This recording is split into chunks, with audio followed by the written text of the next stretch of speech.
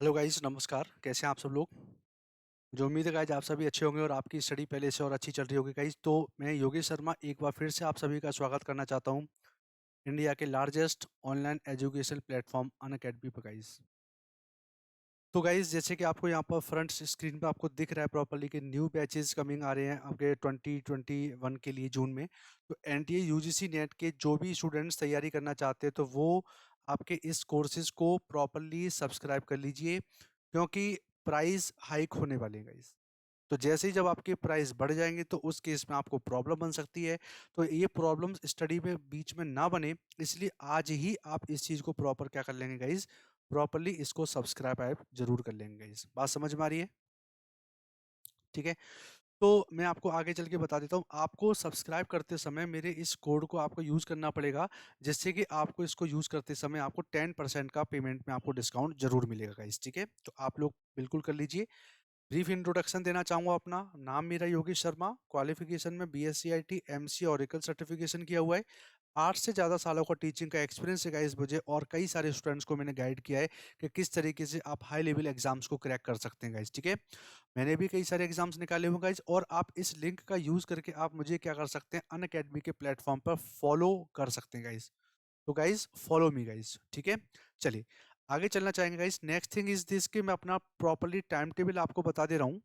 ठीक है, तो टाइम टेबल क्या है कि 10 बजे मेरी जो क्लास होती है वो ICT for UGC net paper first on YouTube पर क्लास होती है। 3 बजे मेरी क्लास होती है computer science paper 2 on YouTube पर गाइस।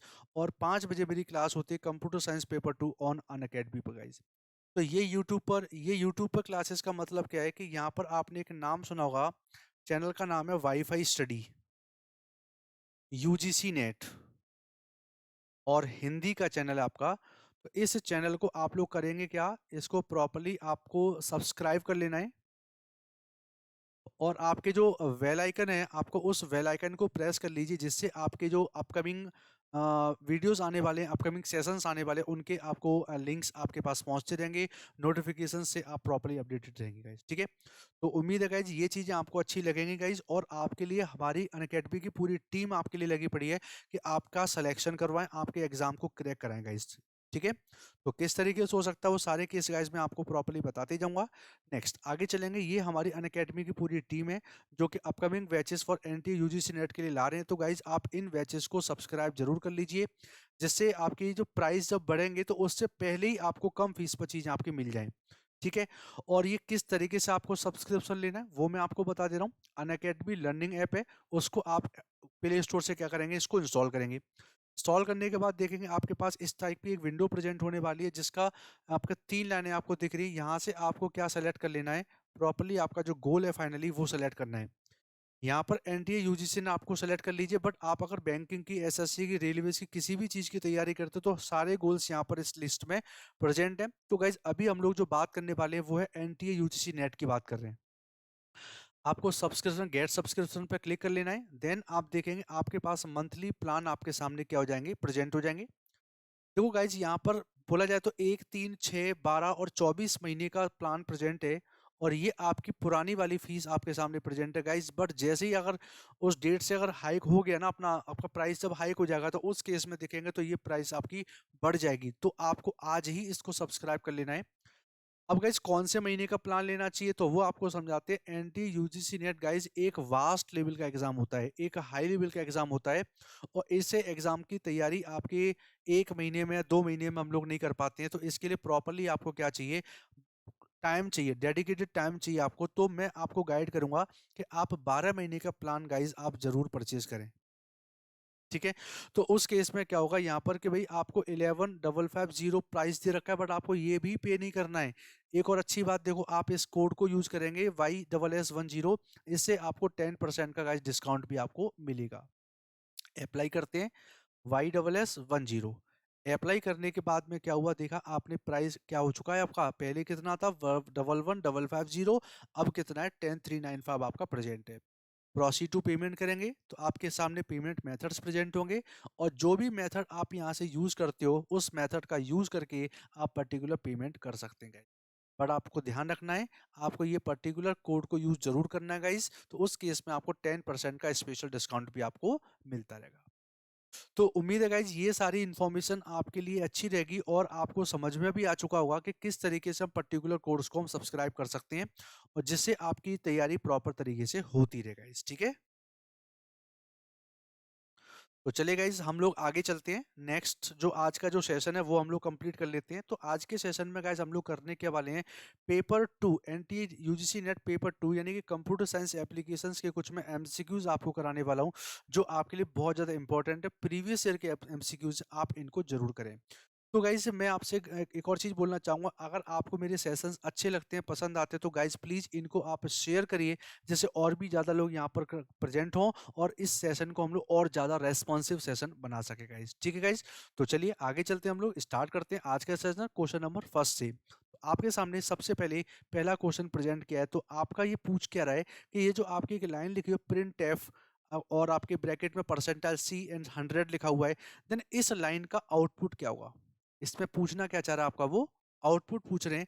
तो चेक करें गाइस क्या आउटपुट हो सकता है। ऑप्शंस आपके सामने प्रेजेंट हैं, या तो वो 100 प्रिंट कर देगा, या तो प्रिंट आस्क की इक्विवेलेंट ऑफ 100 एंड आपका प्रिंट गार्बेज वैल्यू करेगा, या फिर नन ऑफ दी। तो क्या आंसर बन सकता है for first number question guys, can you tell me guys, जल्दी से बताइए आप लोग क्या आंसर आ जाएगा इसका।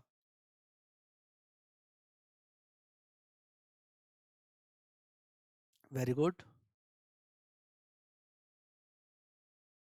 ओके, चलिए। तो देखिए गाइज इस क्वेश्चन का मैं आपको आंसर परफेक्टली समझा देता हूँ कि क्या आपका इसका आंसर बन सकता है। तो देखो यहाँ पर बेसिकली जो सी लिखा हुआ है, आपने लिखा गया है प्रॉपरली, आपने लिखा हुआ है प्रिंट एफ, है ना, प्रिंट एफ और ब्रैकेट में परसेंटाइल सी, ये आपका स्मॉल पी है, आपका यहाँ पर स्मॉल पी आना है, और ये आपका 100। तो देखिए सी मतलब यहाँ पर करेक्टर डेटा टाइप है आपका। तो यहाँ पर अगर बात करेंगे 100, तो ये ऐसे ही लिखने पर 100 की जो आस्की करेक्टर्स होते हैं आपके, वो आपके पता चलेंगे। तो ये करेगा का प्रिंट आस्की इक्विवेलेंट ऑफ 100। तो answer of this question will be option number B guys, ठीक है। इसको आप एक बार सी लैंग्वेज में अप्लाई करके देखेंगे। बाकी जब मैं लैंग्वेजेस आपको बताऊंगा तो आस्की करेक्टर्स कैसे हम इनहेरिट करते हैं वो सारे केस में आपको हर चीज बताने वाला हूँ आगे की क्लासेस के अंदर गाइस, ठीक है। दूसरा question, one of the most important question. तो आपने ये प्री ऑर्डर या पोस्ट ऑर्डर या इन ऑर्डर आपने पढ़े होंगे, तो इसके अकॉर्डिंग अपने को बताना है कि देखिए ए, ये बी, ये सी, डी, प्लस माइनस और ये मल्टीप्लाई, अपने को इस एक्सप्रेशन को सॉल्व करना है। और वैल्यूज दे रखी हैं 8, 4, 2 और 5। तो ये आपका 8, ये आपका 4, ये 2 और ये है आपका 5।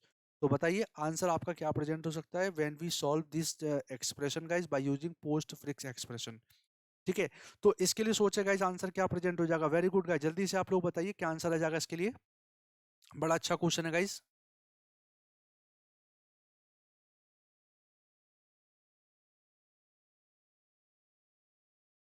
आपने पढ़ा होगा गाइज पोस्ट फिक्स जो होता है आपका इन फिक्स होता है, ये किस तरीके से हम हैंडल करते हैं। तो देखिए गाइज यहाँ पर जो आपका लास्ट में होता है वो आपका फर्स्ट वाले केस पर, अभी अभी यहाँ पर देखो एक्चुअली यहाँ पर कोई भी ब्रैकेट्स वगैरह प्रेजेंट नहीं है। तो अगर ब्रैकेट्स होते तो कंडीशन अलग बन सकती थी। पर देखो ये वाला केस आपका यहाँ पर प्रेजेंट होता है ना। ये वाला केस आपका सबसे पहले प्रेजेंट होगा कि पोस्ट फिक्स है हम लोग। तो सबसे पहले हम लोगों ने क्या निकाला था, पोस्ट वाला केस हमने पीछे की तरफ फिक्स कर दिया, देन ये फिक्स कर दिया, देन आपका ये फिक्स कर दिया। तो सबसे पहले हम लोग इस एक्सप्रेशन को हैंडल करेंगे। यहां पर क्या लगेगा आपका, प्लस, प्लस लगाइए, यहां पर 2, यहां पर प्लस एंड यहां पर 5। तो जोड़ा तो यहां पर कितना आ गया अपना 7 वैल्यू आ गई। अब अपने पास क्या बचा हुआ, ए, बी एंड 7। अब ये तो हो चुका है, अब बारी किसकी है, माइनस की है। तो यहां पर क्या लगाएंगे, माइनस, इसकी वैल्यू 4 है, माइनस और 7 है। तो इसको सॉल्व किया तो आंसर क्या पाएंगे आप लोग, -3। अब आपकी बारी किसकी है, मल्टीप्लीकेशन की। तो ए आपका लिखा हुआ ए मल्टीप्लीकेशन -3। तो ए की वैल्यू है आपकी 8, मल्टीप्लीकेशन -3। तो आप सॉल्व करेंगे तो आंसर क्या बनेगा इसका, -24 will be the answer for this expression. तो आंसर क्या बन जाएगा इसके लिए, आप -24 आप बता सकते, ठीक है। तो आंसर आपको कैसे निकालना था वो मैंने आपको यहाँ पर बता दिया है। पोस्ट फिक्स एक्सप्रेशन को कैसे सॉल्व करते हैं वो मैंने आपको बता दिया है। बट ये तो जस्ट एक क्वेश्चन है गाइस, आपके और भी मल्टीपल क्वेश्चंस बन सकते हैं। तो जब आपकी क्लासेस होंगी डेटा स्ट्रक्चर्स वगैरह की, तो हर चीज मैं आपको यहाँ पर बताने की कोशिश करूंगा, अच्छे से आपको चीजें समझ में आ जाएंगी, ठीक है। तीसरा क्वेश्चन, ये क्वेश्चन देखो बड़ा अच्छा क्वेश्चन है और आपका ये दिसंबर 2012 के अंदर आपका प्रेजेंट भी हो चुका है एग्जाम के अंदर। तो अपने को बताना है कि ई नंबरेशन, ये आपने सुना हो, enumeration is a process of what. तो ये इन्यूमरेशन हम लोग लैंग्वेजेस में यूज करते क्यों हैं, ये अपने को यहाँ पर बताना है। तो पहला ऑप्शन दे रखा है, declaring a set of numbers, sorting a list of strings, assigning a legal value possible for a variable, and sequencing a list of operators। तो सोचिए गाइस, इनमरेशन आपने कब और कहाँ और कैसे यूज किया था, अगर आपको ध्यान होगा तो आप बता सकते हैं। तो सी प्लस प्लस लैंग्वेजेस वगैरह में आप इसको यूज करते हैं, तो प्रॉपर्ली इसका कॉन्सेप्ट क्या बन जाता है, बताएं एक बार, सोचिए एक बार, क्या आंसर बन सकता है। A B C D option दे रखे हैं आपके पास, बताइए।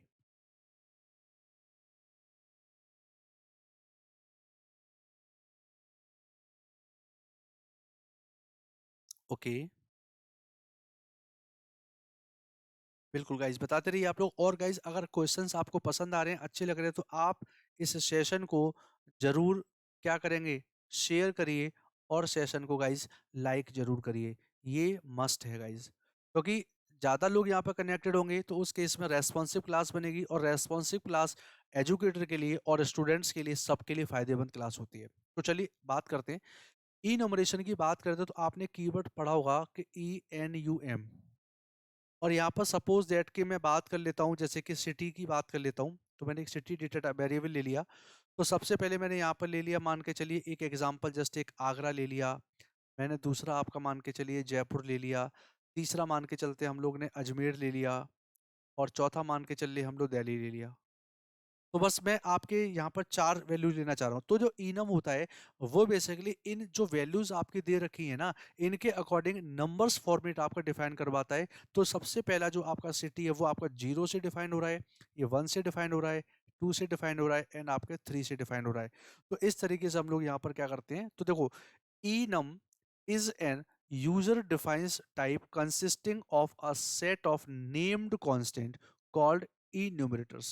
तो ये सब क्या बन जाएंगे, यहाँ पे enumerators बन जाते हैं। जैसे एग्जांपल दे रखा है कलर्स के लिए, तो यहाँ पर इनम आपका रेनबो कलर्स दे रखा है, जैसे कि red, orange, yellow, green, blue, indigo, violet.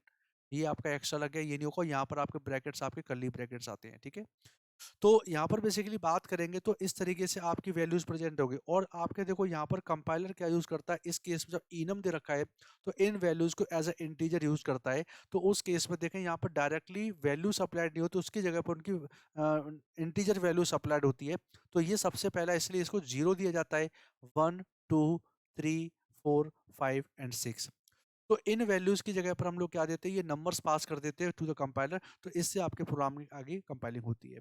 तो ये बेसिकली मैंने आपको बता दिया, इसका ए नंबर का यूज क्या होता है। तो आंसर आपका क्या बन जाएगा, C, assigning illegal values possible for variables guys. तो क्या पॉसिबल वैल्यूज हो सकते हैं, तो वो आप यहाँ से डिफाइन कर सकते हो, ठीक है। क्वेश्चन नंबर 4, अब अपने को यहाँ पर बताना है, जैसे कि वन आपका दे रखा है, वन एक्सप्रेशन है आपकी कुछ इस तरीके से दे रखा है, 3 और 4। अब ध्यान से समझो, ये बेसिकली इसमें क्या क्या रखा है क्वेश्चन। पहले तो आप लोग बताइए, इस जब एक्सप्रेशन को हम सॉल्व करेंगे तो यहाँ पर आउटपुट क्या प्रेजेंट होगा, एक बार आप बताएं। लॉजिक लगाइए, कहाँ से क्वेश्चन प्रेजेंट है आपका, और किस तरीके से हम इसको हैंडल कर सकते हैं, तो एक बार बताएं गाइस, बताइए। वेरी गुड गाइस, क्या आंसर प्रेजेंट हो सकता है इसके लिए, गुड। देखिए, इसके लिए मैं आपको बता देता हूँ इसका कॉन्सेप्ट क्या है। देखो, यहाँ पर बीच में क्या लगा हुआ है, एंड ऑपरेटर लगा हुआ है। तो जो एंड होता है, ये क्या कहलाता है आपका, इसको बोलते हैं हम लोग विट वाइज एंड के नाम से जानते हो, एंड गेट आप लोग जानते ही हो। अब ये तो डेसिमल वैल्यूज हैं, और डेसिमल वैल्यूज के अंदर आप कैसे डिफाइन करोगे, तो इसको हमें क्या करना पड़ता है, बाइनरी बनाना पड़ता है। तो बाइनरी बनाने के केस में यहाँ पर क्या होता है कि आमतौर पर देखा जाता है कि जो एंड ऑपरेटर होता है, 4 बिट के केस में आपका काम करवाता है मैक्सिमम, क्योंकि हेक्साडेसिमल फॉर्मेट तक मैक्सिमम होता है। तो यहाँ पर इसकी बाइनरी बनाएंगे तो 0 0 0, और आपका यहाँ पर 1 बन जाएगा। एंड 2 की बाइनरी क्या बनती है आपकी, 0 0 1 0 के नाम से इसकी बाइनरी बन जाएगी। प्लस 3 की बाइनरी 0 0 1 1, और एंड 0 1 0 0। अब देखिए, जब बाइनरी बन चुका है तो एंड मतलब आपका एंड गेट लगता है।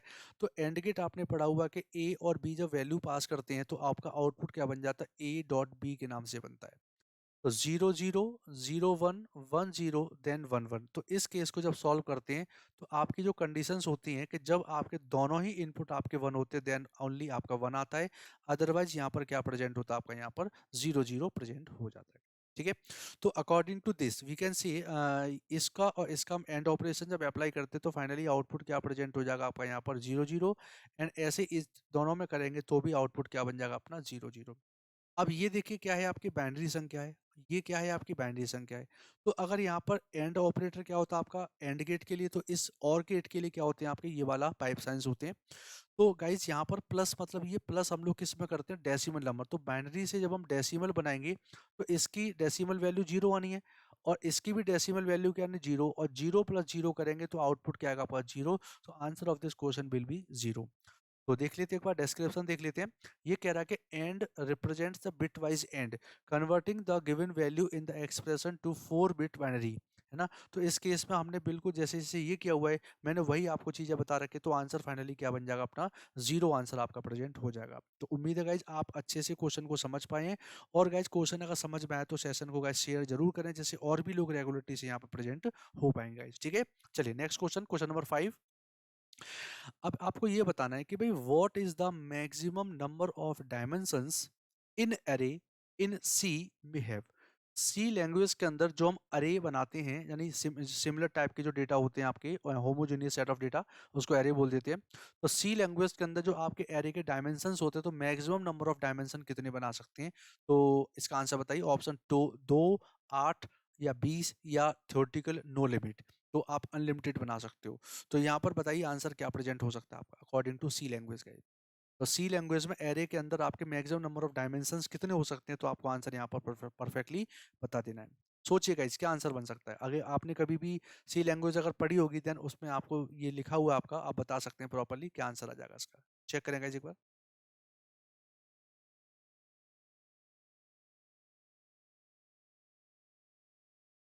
ओके,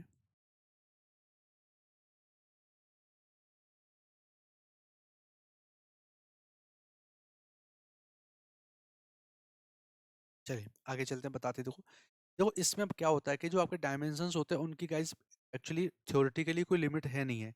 ये चीज़ जो होती है वो आपके डायरेक्टली किससे डिपेंड होती है, आपकी सिस्टम की जो मेमोरी साइज होते हैं आपके इन कंपाइलर्स होते हैं वो कितना सपोर्ट करते हैं उस पर डिपेंडेंसी होती है। तो answer of this question will be option number D guys, ठीक है ना। तो आप इस चीज़ को ध्यान रखिए कि आपके सी लैंग्वेज के अंदर जो हम गाइस एरे पास करते हैं तो एरे के अंदर जो आपकी डायमेंशंस होते हैं उसकी रेंज फिक्स नहीं होती है कि हम 10 ही कर सकते हैं या 20 कर सकते हैं, ऐसा नहीं है। ये मेमोरी के साइज पर एंड कंपाइलर्स पर डिपेंड करता है, अलग अलग चीजें प्रेजेंट होती है, बट ये थ्योरेटिकली इसकी फिक्स कोई वैल्यू प्रेजेंट नहीं है आपकी, ठीक है ना। पांचवा क्वेश्चन। नेक्स्ट आप छठवें क्वेश्चन का आंसर दीजिए, बड़ा अच्छा क्वेश्चन है गाइस, इसका बताइए। आपका एक अरे है एस और वो क्या है आपका 80 कैरेक्टर की साइज दे रखी है इसकी। The value assigned to S through the statement, इस एरे को जो वैल्यू असाइन कर रहे हैं वो आपका जो स्टेटमेंट है स्कैन एफ और परसेंटाइल एस और कैपिटल एस। तो अब देखिए इसके अकॉर्डिंग अगर देखा जाए तो यहाँ पर एस की आप जो इनपुट दे रहे हैं वो 1 2 3 4 5 दे रहे हैं। तो बताइए जब हमने ये वाला केस रन कराया तो आपने इनपुट क्या दे दिया 1 2 3 4 5 दे दिया है। तो बताइए एक्चुअल इसका रिजल्ट क्या आएगा। तो वहां पर एक्चुअली वैल्यू क्या पहुंची है। Then the value assign to S आपको बताना है through the statement the following. तो आंसर में ऑप्शंस दे रखे 1 2 3 4 5 आ जाएगा, या फिर nothing since 1 2 3 4 5 is an integer. जब तक मतलब ये इंटीजर वैल्यू नहीं बनेगा तब तक हम कुछ नहीं आंसर दे सकते। सी का मतलब क्या S is an illegal name for string, और आपका जो आपका डी ऑप्शन है that is percentile D can not be used for reading in value of S. तो गाइस यहाँ पर आप देखिए आंसर क्या प्रेजेंट हो सकता है, थोड़ा सा लॉजिक लगाना है यहाँ पर, सोचिए एक बार क्या आंसर आएगा इसका। बहुत सही क्वेश्चन है गाइस, और ये क्वेश्चन अक्सर गलत हो जाता है। ठीक है, आप सोचिए समझिए बताइए क्या आंसर आएगा।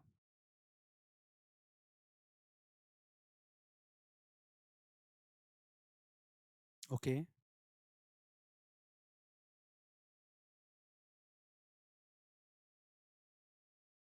अच्छा। देखिए तो इस केस में बात ये हो रही है इन्होंने सिर्फ एस लिख दिया यहाँ पर। तो इनिशियल वैल्यू को वो ले लेगा, बस इनिशियल पैरामीटर्स जो आपने पास करे के उन्हीं को ले लेगा। तो एस एक्चुअल में क्या है कि यहाँ पर आपके इंडेक्स वैल्यू तो दे ही नहीं रखे, क्योंकि एस तो आपका एरे वेरिएबल एरे है आपका। तो यहाँ पर पास करने के केस में आपका इस तरह के इंडेक्स नंबर देना पड़ता है, वो हमने दिया ही नहीं आपका। तो इस केस में इनिशियली जो भी आपने पास किया हुआ वही आपका आंसर बन जाएगा। तो option number is a perfect answer for the 6 number question. क्या कह रहा है scan F dash dash dash only scans the first parameter of the input stream. तो इनपुट कितना दे रखा है आपका, 1 2 3 4 5 दे रखा है। So the answer A is a correct. S यहाँ पर ये डबल बार आ गया, एस की बात हो, S is an array and it should be taking input in some loop. या तो लूप से लेते हैं या फिर पर्टिकुलर स्टेटमेंट के बेस में ले सकते हैं। तो स्टेटमेंट कैसे होना चाहिए था, एस इंडेक्स नंबर होना चाहिए था, 5 10 15 जो भी आपका। बट आपने इंडेक्स दिया नहीं, इसलिए इनिशियल वैल्यू आपने जो पास करी वही आपका आंसर बन जाएगा। तो आपका आंसर आपका ए बन जाएगा, क्वेश्चन नंबर 6। ठीक है, नेक्स्ट क्वेश्चन बताइए। ये बड़ा अच्छा क्वेश्चन है गाइस। तो इसमें बेसिकली क्या रखा है, वन डायमेंशनल एरे है। ए हैच इंडेक्सेस कितना है, 1 से लेकर 75। सोचना कि इसकी जो आपकी 1 से स्टार्ट किया हुआ कि ए आपका 1 से स्टार्ट किया हुआ है और ये आपका एग्जैक्टली 75 तक पहुंचे हैं।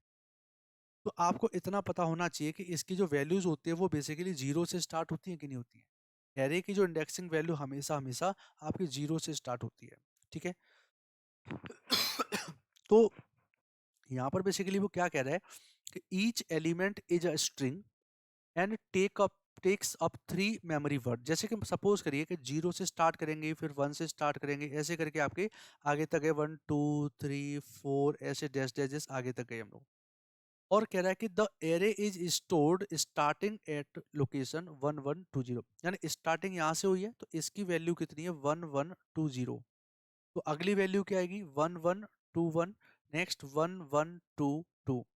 तो देखिए ये आपकी वैल्यू, क्योंकि यहाँ पर 3 वर्ड्स को वो लेके चल रहा है, तो 3 वर्ड में आपका एक, ये 2 और ये आपका 3 हमने ले लिए।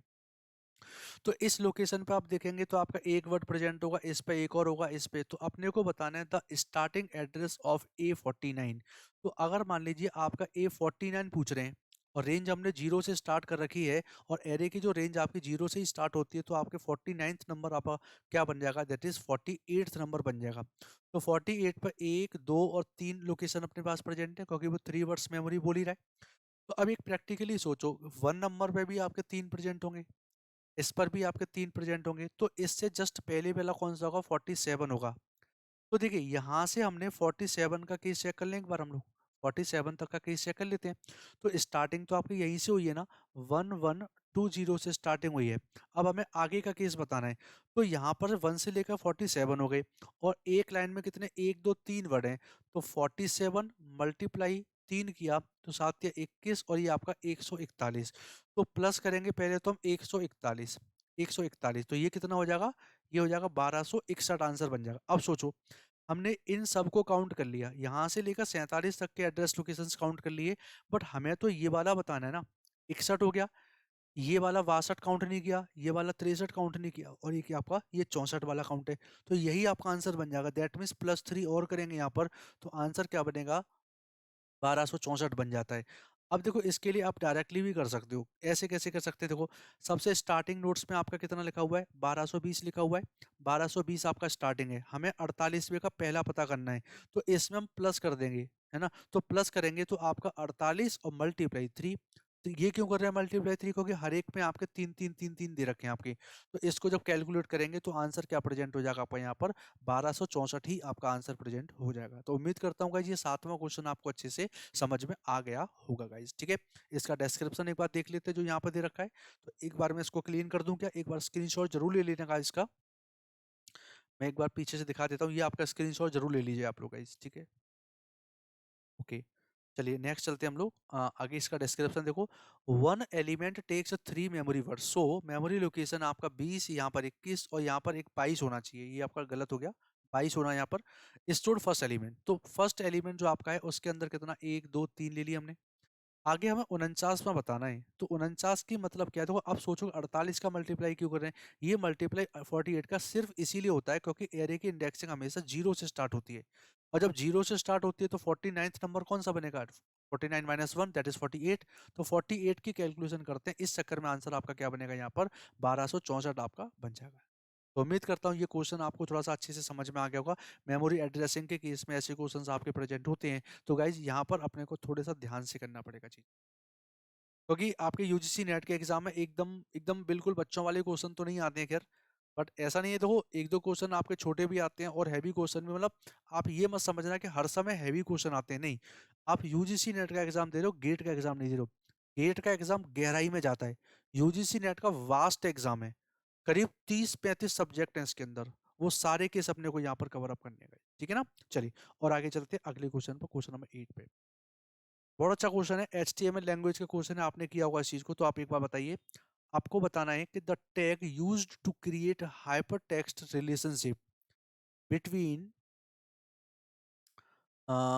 Current document and another URL. आपको करेंट डॉक्यूमेंट जो खुला हुआ है और यूआरएल से उसकी लिंकिंग करनी है, देन उसके लिए आप कौन सा टैग यूज करोगे इन HTML। तो इज इंडेक्स या ए या लिंक या नन ऑफ दिस, क्या आंसर हो सकता है बताइए एक बार। बहुत सिंपल सा क्वेश्चन है, आराम से आप बता सकते हो। अगर आपने HTML में काम अगर किया होगा देन आप आराम से इस चीज का आंसर दे सकते हो। तो गाइस क्या आंसर हो जाएगा इसके लिए बताइए। तो देखिए गाइस, बिल्कुल बिल्कुल आप जल्दी से बताते रहिए और आप गाइस सेशन को शेयर जरूर करते रहिए, जिससे और भी लोग यहाँ पर कनेक्टेड हो सकें रेगुलरिटी से गाइस। ओके चलिए बात करते हैं हम लोग। ऑप्शन आपका क्या है, सी। तो इसको करते कैसे हम लोग, देखिए आप यहाँ पर क्या लिखते हो, आप लिंक लिखते हो, फिर आपने एक नाम सुना होगा हाइपर रेफरेंस में HREF होता है। देन यहाँ पर क्या लिख देते हैं, आपका जो URL एड्रेस है, यहाँ पर आप रिलेशन बता देते हो कि आपका वो पेरेंट है या फिर चाइल्ड है या कौन सा है। तो इस तरीके से हम करते हैं, तो ये आपका पर्टिकुलर एक पेज बन गया और करंट पेज आपका कैसा है ना, और उसकी अब URL एड्रेस लिंकिंग करते हैं। तो answer of this question will B link guys, ठीक है। चलिए नेक्स्ट क्वेश्चन क्या है, देखो आप आपको सोच के बता, नेटवर्किंग का क्वेश्चन है। High speed communication equipments typically would not be needed for what of the following. तो ईमेल के लिए अपने को हाई स्पीड कम्युनिकेशन नहीं चाहिए, या लार्ज वॉल्यूम डेटा को ट्रांसफर करने के लिए नहीं चाहिए, या लैन में डेटा को कम्युनिकेशन करने के केस में नहीं चाहिए। तो बताइए आंसर क्या हो सकता है, सोचिए एक बार। याद रखना वुड नॉट भी पूछा गया, उल्टा पूछ रहे हैं कि कौन सा एक ऐसा ऑप्शन है जिसके लिए हाई स्पीड कम्युनिकेशन इक्विपमेंट की रिक्वायरमेंट नहीं होगी, वो अपने को बताना है। तो सोचिए गाइस क्या परफेक्टली आंसर बन सकता है इसके लिए गाइस। वेरी गुड, बताते रहिए गाइस आप लोग, थोड़ा सोचेंगे और अच्छे से आप आंसर दे भी सकते हो। अच्छा क्वेश्चन है, बढ़िया क्वेश्चन है गाइस, बताएंगे आंसर आएगा इसका। ओके देखिए सोचने की बात क्या है, देखो यहाँ पर transferring large volume of data, तो कई लोग यहाँ पर आंसर डी लगा देंगे। अब देखो यहाँ पर लार्ज वॉल्यूम ऑफ डेटा को अगर भेजना, बड़े डेटा को भेजना, तब तो हाई स्पीड चाहिए ना। तो इसमें तो हमें रिक्वायरमेंट होगी, जबकि वो कह रहा है रिक्वायरमेंट नहीं होगी। तो ऑल ऑफ दिस तो आपका क्या हो गया, गलत हो गया। और लैन की बात का आजकल ऑफिस के अंदर देखा जाए तो लैन जब होती है तो लैन के अंदर कम्युनिकेशन करने के लिए आपको हाई स्पीड इक्विपमेंट्स की रिक्वायरमेंट होती है। हम लोग अच्छे अच्छे डिवाइसेस लगाते हैं तो है। बट ईमेल के केस में जस्ट अपने को इंटरनेट, नॉर्मल इंटरनेट अगर मिल जाता है, KBPS की स्पीड होगी तो भी हम लोग काम कर सकते हैं। तो ऐसा नहीं है, फ़ोन के केस में अगर बात करें तो फ़ोन में तो ईमेल के कम स्पीड भी आती है तो भी मेल आपका डिलीवर कर सकते हैं। क्यों कि ईमेल के अंदर बहुत ज़्यादा ज़्यादा डेटा हम लोग ट्रांसफर नहीं कर पाते। जो भी आपके मेलिंग सर्वर्स वगैरह होते हैं उनकी पर्टिकुलर अपनी अपनी एक लिमिट होती है, उसी के अकॉर्डिंग हम भेज सकते हैं, तो ज़्यादा नहीं भेज पाते। इसीलिए ईमेल एक ऐसा ऑप्शन बन जाएगा यहाँ पर जिसके लिए हमें हाई स्पीड कम्युनिकेशन इक्विपमेंट्स की रिक्वायरमेंट नहीं होगी गाइस। ओके चलिए आंसर क्या बन जाएगा इसमें, ये आंसर प्रेजेंट है आपका, बता सकते हो। 9वीं के बाद 10वां क्वेश्चन बहुत सिंपल सा क्वेश्चन है। आपको बताना है कि डिक्रिप्शन और आपका एनक्रिप्शन कौन सी लेयर की रेस्पॉन्सिबिलिटी होती है। Decryption and encryption of data are the responsibility of which layer of the following given. तो बताइए physical layer, data link layer, presentation और आपका सेशन लेयर, इनमें से कौन सी एक ऐसी लेयर है जो एनक्रिप्शन डिक्रिप्शन का काम परफॉर्म करती है। तो गाइज बताएं जल्दी से क्या आंसर आ जाएगा इसका। Very good guys.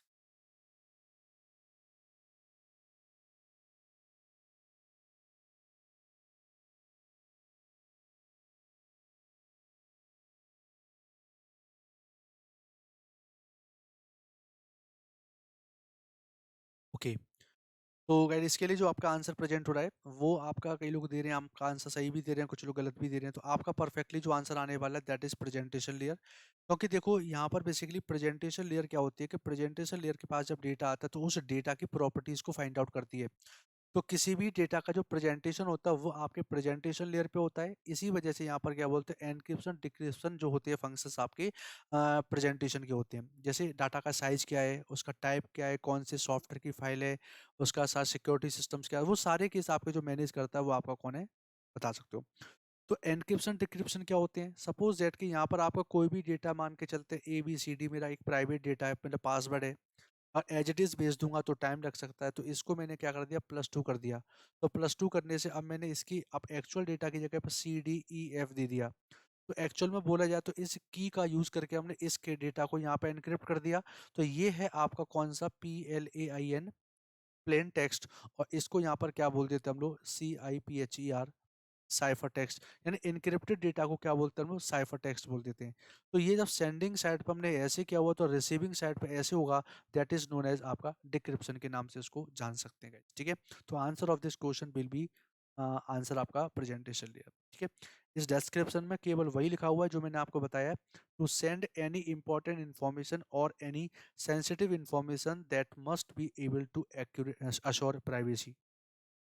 Encryption means encoding of original information, decrypting means उसका डिकोडिंग बन जाता है। तो ये बेसिकली आप मैंने आपको बता दिया है। एनक्रिप्शन की उल्टी प्रोसेस क्या होती है आपकी, वहां पर हम लोग डिक्रिप्शन के नाम से गाइस जानते हैं। उम्मीद है गाइस ये चीजें आपको अच्छे से समझ में आ रही होंगी गाइस। और गाइज आप लोग अच्छे से समझ रहे हैं, देन आप उस सेशन को शेयर करें, लाइक करें, कमेंट करें गाइज, जो भी आप कर सकते करिए गाइज, बट इसको शेयर जरूर करिए गाइज। ठीक है, हम लोग आपके लिए मेहनत करें तो आप लोग इतना तो करिए, सेशन को शेयर करिए, जिससे आपके जो कंप्यूटर साइंस के जो स्टूडेंट्स हैं, यूजीसी नेट या आईटी स्पेशलिस्ट ऑफिसर का एग्जाम देने वाले, वो यहाँ पर आपके कनेक्ट हो सकें। Okay guys, very good guys. 11th number question बताइए। अब देखिए यहाँ पर आपका मैनेजमेंट इंफॉर्मेशन सिस्टम जो आपका एक पूरा टॉपिक है, उसके बेस पर आपके क्वेश्चंस प्रेजेंट हो रहे हैं। तो सोचिए समझिए क्या आंसर आएगा, क्योंकि ये आपके जो टॉपिक होते हैं बेसिकली रटने वाले टॉपिक होते हैं। 90% चीजें आपकी क्या है, याद करने वाली चीजें गाइस। तो सोचिए, मॉडिफाइंग एन ऑपरेशनल सिस्टम, समझना, ऑपरेशन सिस्टम को मॉडिफाई करना है by adding internet website access.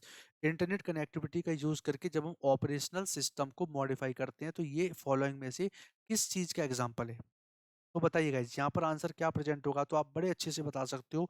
आप इस क्वेश्चन के लिए नेगेशन कर सकते हो, निग्लेक्ट कर सकते हो। तो आप ऑप्शंस कट कर करके आपका आंसर एलिमिनेट करके बता सकते हो। तो सोचिए, ऑपरेशन सिस्टम है, ऑपरेशनल सिस्टम है, उसमें इंटरनेट कनेक्टिविटी का यूज करके हम उसको क्या कर रहे हैं, मॉडिफाई कर रहे हैं। इसको किसका एग्जांपल बोला जाएगा फॉलोइंग में से। तो गाइस सोच के देखिए, एक बार आप प्रैक्टिकली सोच के देखिए। यहाँ पर एग्जांपल में मॉडिफाई कर रहे हैं हम लोग। जब मॉडिफाई कर रहे हैं दैट मीन्स ये ऑपरेशनल सिस्टम आपका ऑलरेडी बना हुआ होगा, तब नए सिस्टम में तो मॉडिफिकेशन कहाँ होता है, वो तो पहले से बना हुआ, उसमें तो मॉडिफाई, तो डेवलपमेंट तो यहाँ पर हुआ नहीं। और ये हम सिस्टम में कर रहे हैं दैट मीन डॉक्यूमेंटेशन होगा नहीं। तो आंसर आपका एक ही बचता है, जिसका आंसर क्या आपका सिस्टम मेंटेनेंस इस क्वेश्चन का आंसर बन जाएगा। ठीक है, तो ये बेसिकली मॉडिफाई करके हम चीजों को मेंटेन करने की कोशिश करते हैं गाइस। 12वां क्वेश्चन आपका आ गया, इसका आंसर बताइए। Managers now have a lot of information, processing power and responsibility for information systems. तो यहाँ पर बेसिकली कंडीशन बस इतनी सी आ रही है कि मैनेजर्स जिनके पास में आपकी इंफॉर्मेशन भी है, प्रोसेसिंग पावर भी है, रिस्पॉन्सिबिलिटी ऑफ इंफॉर्मेशन सिस्टम भी है, तो वो बेसिकली यहाँ पर किस तरीके से आप उसको कंसीडर करेंगे। ये सब आपका ऑपरेशन एंड मैनेजमेंट में आता है, या इंफॉर्मेशन सिस्टम में आता है, ये आपका impact of IT on organisation में आता है, या impact of IT on management में आता है। तो ये सारी जो चीज़ें होती हैं आपकी कहाँ यूज़ करते हैं हम लोग, बताइए। तो मतलब सोच सकते हैं इसका आंसर क्या प्रेजेंट हो जाएगा। बड़ा सिंपल सा ही क्वेश्चन है, बट चक्कर क्या है ना कि इनमें कुछ कुछ चीज़ें ऐसी होती हैं जो हमें मतलब एक ऐसी लगती है कि सेम सेम सी चीज़ें हैं, तो हम डिफरेंस कई बार नहीं कर पाते। तो ये जो आपके जब टॉपिक में आपको परफेक्टली करवाऊंगा, तो अभी तो खैर मैं आपको एमसीक्यूज करा रहा हूँ। तो एमसीक्यूज तो किसी भी चैप्टर से हो सकते हैं, वो चाहे आपका हुआ है या फिर नहीं हुआ है। हर चैप्टर के एमसीक्यूज तो मैं आपको समझा रहा हूँ यहाँ पर। बाकी जब मैं software engineering quality assurance maintenance studies जब मैं आपको कराऊंगा, देन उस केस में आपको प्रॉपर्ली बताऊंगा टू द पॉइंट कि इन सब चीज़ों के बेसिकली मायने क्या होते हैं आपके। ठीक है, तो इस केस में अगर आप आंसर देखेंगे तो ये सब आपका इन्फॉर्मेशन की बात होती है, प्रोसेसिंग पावर एंड क्या रेस्पॉन्सिबिलिटी है। और जहाँ पर रेस्पॉन्सिबिलिटी होती है वहाँ पर हम लोग क्या करते हैं, चीज़ों का प्रॉपर्ली मेंटेनेंस कर देते हैं। तो answer of this question will B impact on IT on management का। तो आंसर आपका क्या बन जाएगा, केवल आपका आंसर आपका परफेक्ट ले जाएगा। ठीक है, चलिए अगला क्वेश्चन देखते हैं। Planning and controlling data centre operations is, यहाँ पर ऑफ लिख दिए। डाटा सेंटर ऑपरेशंस की जो प्लानिंग एंड कंट्रोलिंग करते हैं, वो आपके नीचे दिए गए ऑप्शंस में से क्या चीज़ है। ऑपरेशन का मैनेजमेंट करते हैं डाटा सेंटर, डेवलपमेंट सेंटर, या फिर आपका इंफॉर्मेशन सेंटर। तो आपको बताना क्या है कि डाटा सेंटर ऑपरेशंस जो होते हैं उनकी प्लानिंग एंड कंट्रोलिंग करना। तो ये भी आप एलिमिनेट करके ही आप आंसर निकाल सकते हो। और बड़ा सिंपल सा क्वेश्चन है गाइस, इसको जल्दी से आप बताएंगे क्या आंसर आ जाएगा।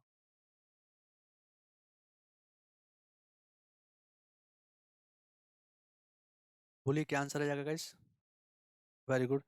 तो यहाँ पर एलिमेंट आप सोचिए, ये आप हम प्लानिंग कर रहे हैं, कंट्रोलिंग कर रहे हैं, किसकी? डाटा सेंटर ऑपरेशंस की कर रहे हैं। तो इसका मतलब ये काम इंफॉर्मेशन सेंटर तो नहीं, ये भी नहीं। तो ये चूंकि क्या है ना, प्लानिंग एंड कंट्रोलिंग क्या है, आपकी प्रक्रिया होती है, आपकी प्रोसेस होती हैं।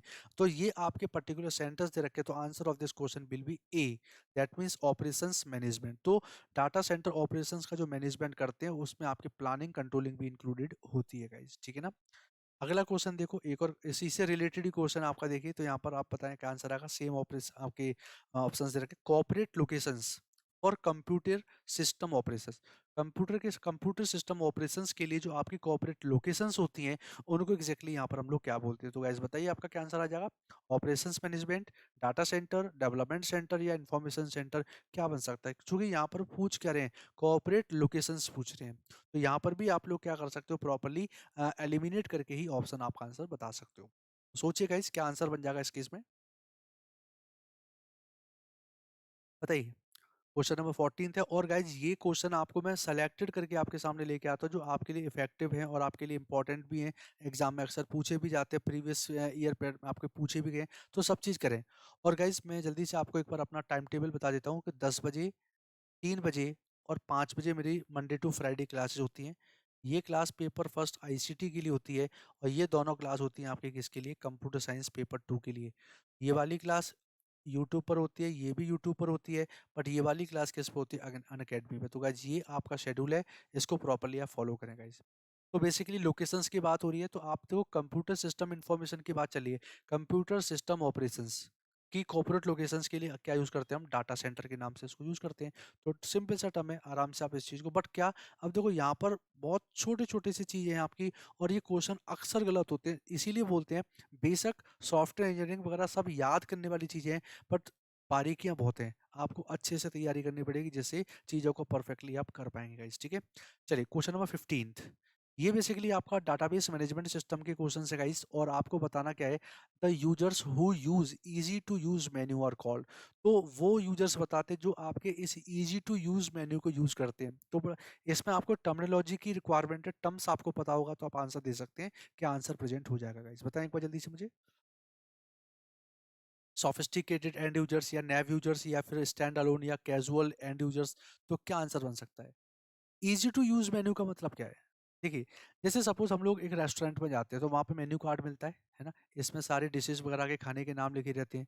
तो अब देखो हम लोग तो क्या है, खाने वाले हैं, तो हमने इसको ऑर्डर दे दिया, ये ले आया वो ले आया। तो उस केस में यहाँ पर क्या हुआ है कि हमें नहीं मालूम कि उस खाने को किसने बनाया, क्यों बनाया, कैसे बनाया, इससे हमें कोई लेना देना नहीं है। वो बंदा हमारे सामने ले आएगा, हम खा लेंगे, काम खत्म। मतलब इस तरीके को क्या बोलते हैं हम? इजी टू यूज मेन्यू, जिसको केवल हम यूज कर सकते हैं प्रॉपर्ली और आसानी से यूज कर सकते हैं। बैकग्राउंड में लोगों ने क्या मेहनत करी है, कैसे किया, वो हमें कोई मतलब नहीं है। जैसे कि बैंक का क्लर्क होता है, अब देखो सिस्टम में आपका बैंकिंग का सॉफ्टवेयर पड़ा हुआ है और क्लर्क सामने बैठा, तो क्लर्क का बेसिकली काम क्या है? वो केवल एंट्री करना, बस ये सारे काम करता है। बट इस क्लर्क को क्या मतलब है कि वो डेटाबेस कैसे बनाए, क्या बनाए? तो ऐसे टाइप के जो यूजर्स होते हैं, इनको क्या बोलते हैं हम लोग? नैव यूजर्स बोलते थे। यानी वो चीज, वो यूजर जिनको डेटाबेस के बारे में नॉलेज बिल्कुल भी नहीं है, उनको क्या बोला जाता है? नैव यूजर्स के नाम से गाइस इनको जाना जाता है, ठीक है गाइस। तो ये आपका 15वां क्वेश्चन प्रेजेंट हो गया। अगला क्वेश्चन आप बताएंगे, आंसर आपका देखो बी प्रेजेंट है। बताइए, which are the two ways in which entities can participate in relationship? Entities जो होते हैं रिलेशनशिप में आपका पार्टिसिपेट करते हैं, तो किस दो मेथड से कर सकती हैं? तो अगर आपने ईआर मॉडल या आपका रिलेशनल डेटाबेस मॉडल अगर पढ़ा होगा, तो आप इसका क्वेश्चन का आंसर आप आराम से दे सकते हो, और बहुत सिंपल सा ही क्वेश्चन है। टर्म आपने डेटाबेस में जो सुना है वो अपने को बताना है। वैसे तो ये आपके जो 6 टर्म लिखे हैं, 6 के 6 टर्म आपने डेटाबेस में सुनी होंगी, but related to entity and relationship के केस में आपको बताना है, तो आंसर क्या बन जाएगा? सोचिए, passive and active, total and partial, या सिंपल एंड कॉम्प्लेक्स। अगर आपको ईआर डायग्राम के सिंपल अगर जो सिंबल्स अगर याद होंगे ना, तो उनसे भी बता सकते हो। जैसे आपने देखा था कि ये एक एंटिटी है, ये डायमंड आपका रिलेशनशिप है, एक ये एंटिटी है, यहाँ पर डबल लाइन दे रखे, यहाँ पर सिंगल लाइन, तो इस तरीके का आपने कुछ देखा होगा। तो ये आपके जो होते हैं, इसको क्या बोलते थे हम लोग? पार्शियल, और इसको क्या बोलते थे हम लोग? टोटल बोल देते हैं। तो basically answer of this question will B total and partial case, बता सकते हो। तो एंटिटीज उस रिलेशनशिप में या तो टोटली आपका रिलेट हो सकते हैं या फिर पार्शली उनका रिलेट हो सकते हैं, उस टेबल का कुछ पर्टिकुलर डेटा ही आपका रिलेट हो सकता है, बट पूरा केस नहीं है आपका। तो उस केस में आपका टोटल और पार्शियल, आप इस क्वेश्चन का अच्छे से आंसर आप बता सकते हो। ठीक है, option number B is answer for this question. Next question एक और करेंगे गाइस। अब आपको ये बताना है the result of the union operation between R1 and R2 relation. तो देखिए एक रिलेशन R1 है, एक रिलेशन R2, सपोज यहाँ पर 5 टपल्स हैं और यहाँ पर सपोज 7 टपल्स हैं। तो अब यूनियन ऑपरेशन अप्लाई करोगे तो क्या आंसर आना चाहिए? क्या केवल R1 के रिकॉर्ड आएंगे, क्या केवल R2 के, या दोनों के, या R2 के रिकॉर्ड सारे तो आएंगे बट कॉमन कॉलम्स वाले? तो इसके लिए को यूनियन का मतलब होता है सारे 5 रिकॉर्ड आपके इसके भी आने चाहिए और 7 रिकॉर्ड आपके इसके भी आने चाहिए। तो इस तरीके से आपका जो आंसर आने वाला है that is option number C, all the tuples of R1 and R2। तो ये आपका आंसर यहाँ पर बन जाएगा। है, देखो सिंपल सा क्वेश्चन है, टफ नहीं है, आराम से आप चीजों को मेंटेन कर सकते हो। ठीक है, चलिए लास्ट क्वेश्चन है गाइस आज की क्लास का गाइस, ये a set of possible data values is called. देखो यहाँ पर बेसिकली क्या कह रहा है क्वेश्चन, ये है एम्प्लॉय की आईडी और ये है एम्प्लॉय का name 1 2 3 and 4 A B C और D। अब देखो डाटा पॉसिबल डेटा वैल्यूज पूछा गया, तो एक एट्रीब्यूट की पॉसिबल वैल्यूज यही बनी ABCD, या और भी हो सकते हैं मान लो। तो इन वैल्यूज का जो कलेक्शन है, सेट पूछ रहा है, सेट ऑफ पॉसिबल वैल्यूज, तो इसको क्या बोलते हैं? या फिर इसकी अगर बात करें तो एम्प्लॉय आईडी की सेट ऑफ वैल्यूज बताओ, तो ये क्या है? तो इनको जो टेक्निकली जो नाम डेटाबेस में दे रखा होता है, इनको क्या बोलते हैं हम लोग? डोमेन। तो answer of this question will B domain guys. तो जब ये सारी चीजें मैं आपको डेटाबेस डीपली पढ़ाऊंगा, देन आपको हर चीज आपको बताने वाला हूँ। तो attribute, degree, tuple, cardinality, mapping, cardinality, relationship, 1 to 1, 1 to many, many to 1, many, ये सब कैसे क्या करते हैं, ईआर डायग्राम क्या होता है, हेरार्चिकल डायग्राम क्या होता है, हर चीज में आपको टू द पॉइंट यहाँ पर गाइज बताने वाला हूँ गाइज। तो गाइज ये सेशन आपको अच्छा लगा होगा गाइज, उम्मीद करता हूँ। और आप इस सेशन को शेयर करेंगे और परफेक्टली आप चीज़ों की स्टडी करेंगे, और आगे भी मैं आपके सामने इस टाइप के सेशंस में लाता रहूँगा गाइज। ठीक है, तो गाइज अपनी तैयारी प्रॉपर करिए गाइज, और मैं आपके साथ हमेशा रहूँगा गाइज। तो all the best guys, thank you guys, bye bye, take care.